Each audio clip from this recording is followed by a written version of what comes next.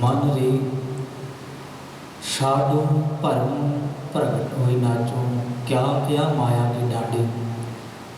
भाव ही मन विकारां दे पिछे दौड़ भज करता है। भाव जिहड़े विकार काम क्रोध लोभ मोह अहंकार, सतगुरु पातशाह कहते ने जिहड़ा साडा मन है ना, विकारां दे पिछे दौड़ भजदा है। अते कदे सारियां ठगियां हैं।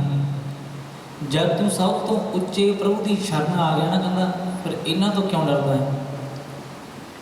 कहता निडर होके जी।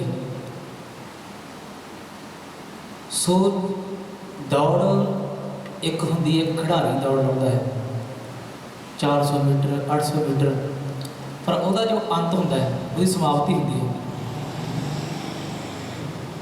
पर एक जिहड़ी दौड़ असीं लाउने आ उहनूं आपां हउमे ही दौड़ कह सकते हो, माया की दौड़ कह सकते हो, जिहदा कोई अंत नहीं है।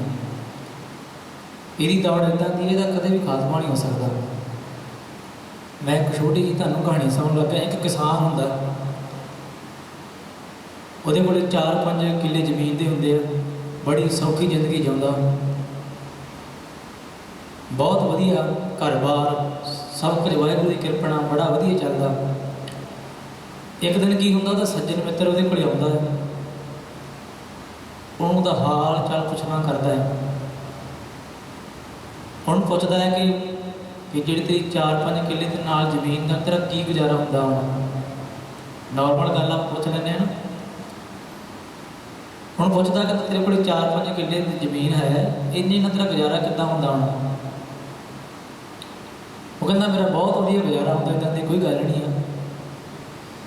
ਉਹ ਕਹਿੰਦਾ एक पिंड इदां दा, कहता उत्थे जिहड़ी जमीन है ना, जे तू 4-5 किले अपनी जमीन वेच देगा ना, उत्थे कहता घट्टो घट्ट तू 100 किले जमीन लै सकदा।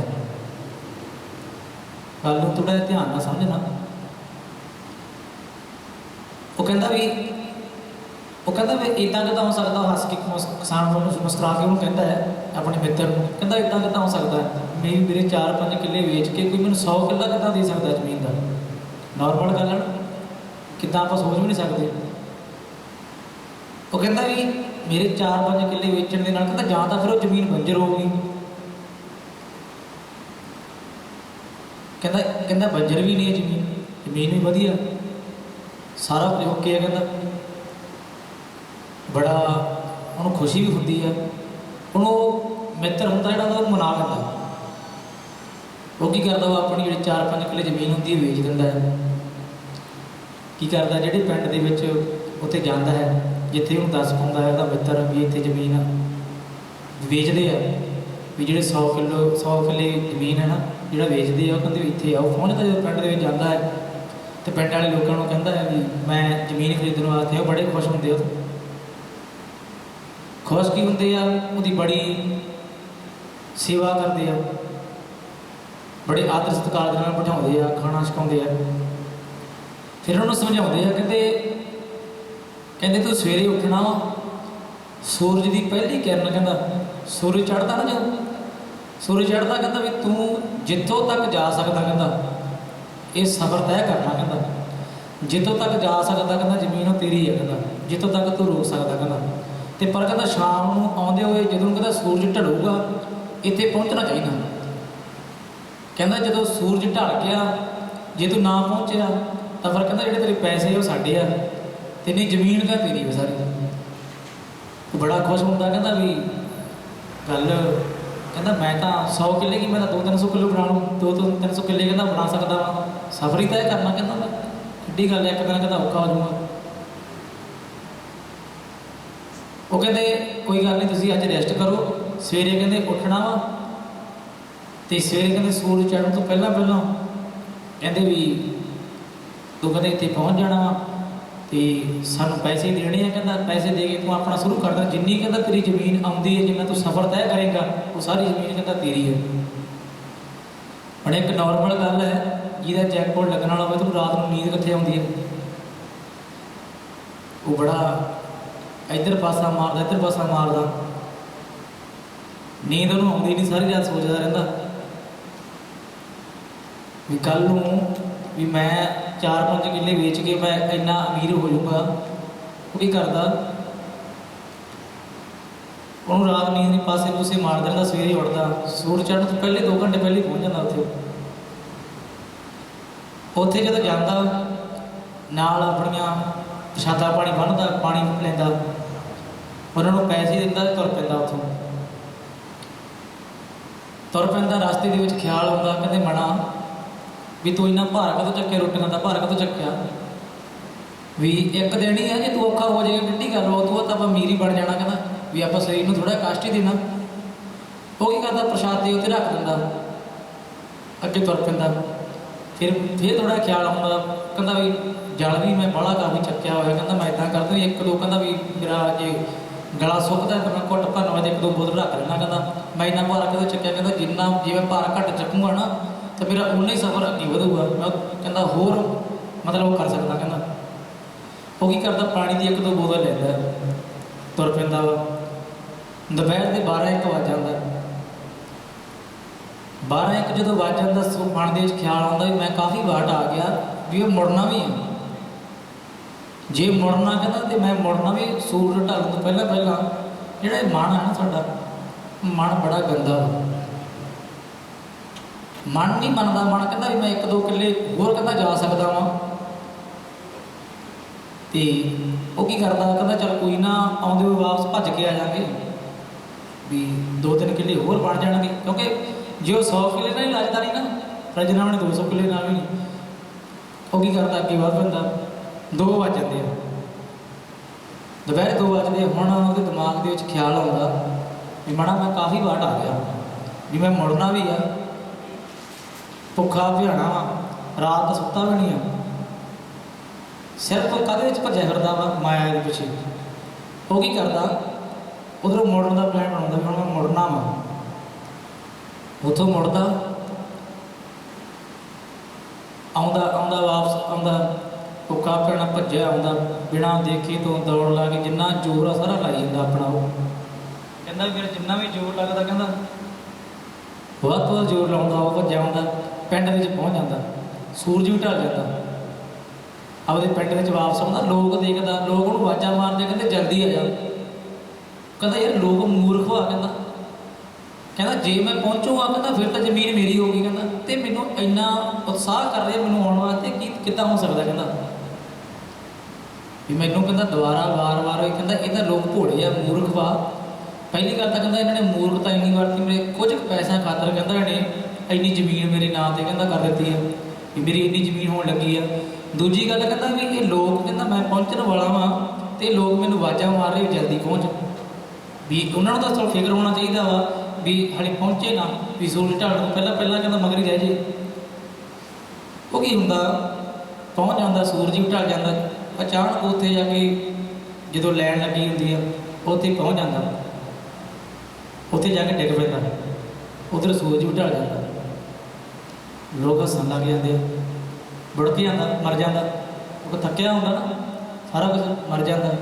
ਉਹ ਕਹਿੰਦਾ ਹੱਸਦਾ ਰੱਬ ਦੇ ਨਾਲ, ਕਹਿੰਦਾ ਰੱਬਾ ਤੇਰੀ ਖੇਡ ਬੜੀ ਨਿਆਰੀ ਹੈ, ਕਹਿੰਦਾ ਤੂੰ ਡੇਲੀ ਕੋਈ ਨਾ ਕੋਈ ਭੇਜ ਦਿੰਦਾ, ਕਹਿੰਦਾ ਸਾਨੂੰ ਪੈਸੇ ਬਣ ਜਾਂਦੇ, ਕਹਿੰਦਾ ਇੱਥੇ ਆ ਕੇ ਮਰ ਜਾਂਦਾ। ਦੇਖੋ ਇੱਕ ਇਹ ਚੀਜ਼ ਤੋਂ ਸਮਝਣ ਦੀ ਥੋੜ੍ਹੀ ਜਿਹੀ ਲੈਣੀ ਚਾਹੀਦੀ ਸਾਨੂੰ, ਵੀ ਦੇਖੋ ਮਾਇਆ ਦੇ ਮਗਰ ਭੱਜਦਾ ਹੀ ਨਾ, ਕੀ ਹੈ ਕੁਛ ਨਹੀਂ ਇੱਥੇ, ਭੱਜ ਦੌੜ ਕਰਦਾ ਸੀ ਕਿ ਨਿਕਲਿਆ ਕੁਝ ਵੀ ਨਹੀਂ। ਇਸੇ ਤਰੀਕੇ ਨਾਲ ਸਾਡਾ ਸਰੀਰ ਹੈ, ਸਾਡੀ ਜਿਹੜੀ ਤ੍ਰਿਸ਼ਨਾ ਨਾ ਇਹ ਵੱਧਦੀ ਜਾਂਦੀ ਹੈ, ਕਦੇ ਘਟਦੀ ਨਹੀਂ ਹੈ। ਤੇ ਇਹ ਨਾ ਹੋਵੇ ਕਿ ਕਿਸਾਨ ਵਾਲੀ ਸਾਡੇ ਨਾਲ ਹੋਵੇ। ਸਾਡਾ ਜੋ ਜੀਵਨ ਹੈ ਅਸੀਂ ਇਹਨੂੰ ਜਿਤਨਾ ਹੋ ਸਕਦਾ ਸੁਧਾਰ ਸਕਦੇ ਹਾਂ। ਸੋ ਇਹੀ ਗੁਰੂ ਸਾਹਿਬਾਨ ਨੇ ਸਮਝਾਉਂਦੇ ਹਨ ਕਿ ਸੂਰ ਕੇ ਸਨਮੁਖ ਰਣ ਤੇ ਡਰ ਪੈ, ਸਦੀ ਕੇ ਸਾਂਚੈ ਭਾਂਡੇ। ਕਹਿੰਦੇ ਉਹ ਸੂਰਮਾ ਕਾਹਦਾ ਜੋ ਸਾਹਮਣੇ ਦਿਸਦੀ ਰਣ ਭੂਮੀ ਤੋਂ ਡਰ ਜਾਏ, ਕਹਿੰਦੇ ਉਹ ਸੂਰਮਾ ਨਹੀਂ ਹੋ ਸਕਦਾ। ਕਹਿੰਦੇ ਜੇ ਆਪਾਂ ਕਹਿ ਦਿੰਦੇ ਹਾਂ ਕਹਿੰਦੇ ਜੇ ਮੈਦਾਨ ਛੱਡ ਕੇ ਭੱਜ ਗਿਆ ਤਾਂ ਉਹਨੂੰ ਡਰਪੋਕ ਕਹਿੰਦੇ ਆਪਾਂ। ਕਹਿੰਦੇ ਸੂਰ ਕੇ ਸਨਮੁਖ ਰਣ ਤੇ ਡਰ ਪੈ, ਸਤੀ ਕੈ ਸਾਚੇ ਭਾਂਡੇ। ਕਹਿੰਦੇ ਉਸ ਇਸਤਰੀ ਸਤੀ ਨਹੀਂ ਹੋ ਸਕਦੀ, ਕਹਿੰਦੇ ਜੋ ਘਰ ਦੇ ਭਾਂਡੇ ਸਾਂਭਣ ਲੱਗ ਪਏ ਸੂਰਮੇ ਵਾਂਗ ਤੇ ਸਤੀ ਵਾਂਗ। ਕਹਿੰਦੇ ਹੇ ਮਨ ਤੂੰ ਵੀ ਕਾਮਦਾਇਕ ਦਾ ਟਾਕਰਾ ਕਰਨਾ ਹੈ ਤੇ ਆਪ ਭਾਵ ਸੜਨਾ ਹੈ।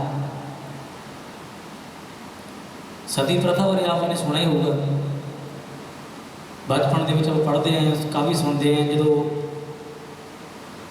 एक औरत का पति की जो डैथ हो जाती है ना, उन्हें जिउंदी नूं साड़ दिंदे सी। सतगुरु पातशाह इस पंक्ति राही सानूं यही समझाते, सूर के सन्मुख रन ते डर पै सती कै साचै भांडे। कहते वो सूरमा कहता जो सामने दिसदी रण भूमि मैदान कहता छड्ड के डर जाए नट जाए, कहता वो सूरमा नहीं हो सकता। तो वो कहता उस इस्त्री जी कदे सती नहीं हो सकती जो घर के भांडे सामभण लग जाए, क्योंकि उन्होंने पता भी एक दिन उन्हें वो जे हसबैंड वो हसबैंड की संभाल करनी चाहिए ना भांडिया, जे हसबैंड मर गया तो नाल दे नाल उन्होंने फूक देंगे जिउंदी नूं। पातशाह कहते हैं भी सती के सच भांडे वो इस्त्री वर्गा हाल हो जाता। कहता वो कहता इस्त्री भी कदे सती नहीं हो सकती, कहते जो कहते घर के भांडे सामभण लग जाए सूरमे भांग दे, कहते सूरमे दे वांग कहता सतगुरु पातशाह कहता साडा मन है ये कदे पंजे विकारां दे मगर लग्या होया।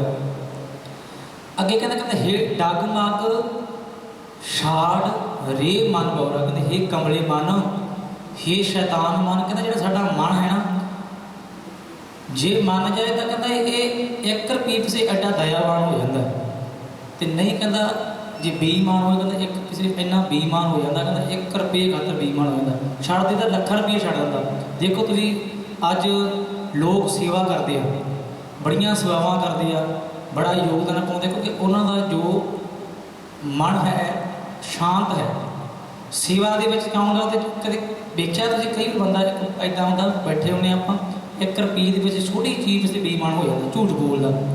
इस तरीके ने पातशाह सानूं समझाना चाहते हैं, कहते हे कमले मन सब तो उच्चे मालक की कहते शरण क्यों छड्डदा, कहते तू हमेशा उसका दर पकड़ के रख, दे दर से हमेशा कहते अब तो जरे मरी सिद्ध पाई है नीनो हाथ संदोरा। कहते जो इस्त्री ने हाथ में संधूरिया होया नारियल लैके ना, कहते वो जो सती नूं साड़ते हैं ना इस्त्री वो वास्ते नारियल लैके जाते हैं, जो साड़ते तो असैप्ट कराते हैं कि तू ये बैठने की वास्ते चिखा के हाजिर की सहमति है, उन्होंने पूछा जाता है। एक वो मर्यादा वा सती प्रथा। इसे तरीके ने पातशाह सानूं कहते भी तू ये जिवें साडे कहते सदी तू नरोल अवस्था के बैठती है, उस तरीके ने सानूं ये 5 कामदायकां नूं छड्ड देना चाहिए, दिमाग के कढ़ देना चाहिए। कहते काम क्रोध माया की ने या विद जगत भी होता, कहते किसी को काम ने ठग लिया, किसी को क्रोध ने ठग लिया, किसी को माया ने ठग लिया। कहते ये सारा जगत कहते इदा ही खुआर होया पिया, काम क्रोध माया की लीने या विद जगत भी होता, जो जगत है ना सारे इन्होंने चीज़ों के फसिया पिया। भगत कबीर जी सानूं समझाउण शब्द यही समझाउंदे, कहते कह कबीर राजा राम ना छोड़ू सगल ऊच दी ऊचा। कहता इन्हां तो बचन लई कबीर यही आखदा भाई कि उस परमात्मा अगे अरदास कर, उस अकाल पुरख दे अगे अरदास कर कि पातशाह साडे ते मेहर कर, साडे इन्हां विकारां तो सानूं दूर कर। सो बहुत प्यारा सतगुरां दा जो शब्द है सानूं सतगुरु पातशाह ने समझाउणा कीता है। सो आप इस मिठी याद दे विच जुड़ बैठे हो, यही आपां हरबंस सिंह तो सीखना है कि अज जे साडे विच हरबंस सिंह है नहीं ना, तो एक दिन असीं भी सारे तो चल जाना है। सीखना बस वो मिठी याद मनाते आप इस करके ही हाँ कि उन्होंने तो कुछ सीखना है। जो इस संसार दुनिया तो चले गए तो एक दिन सब ने तो चल जाना है।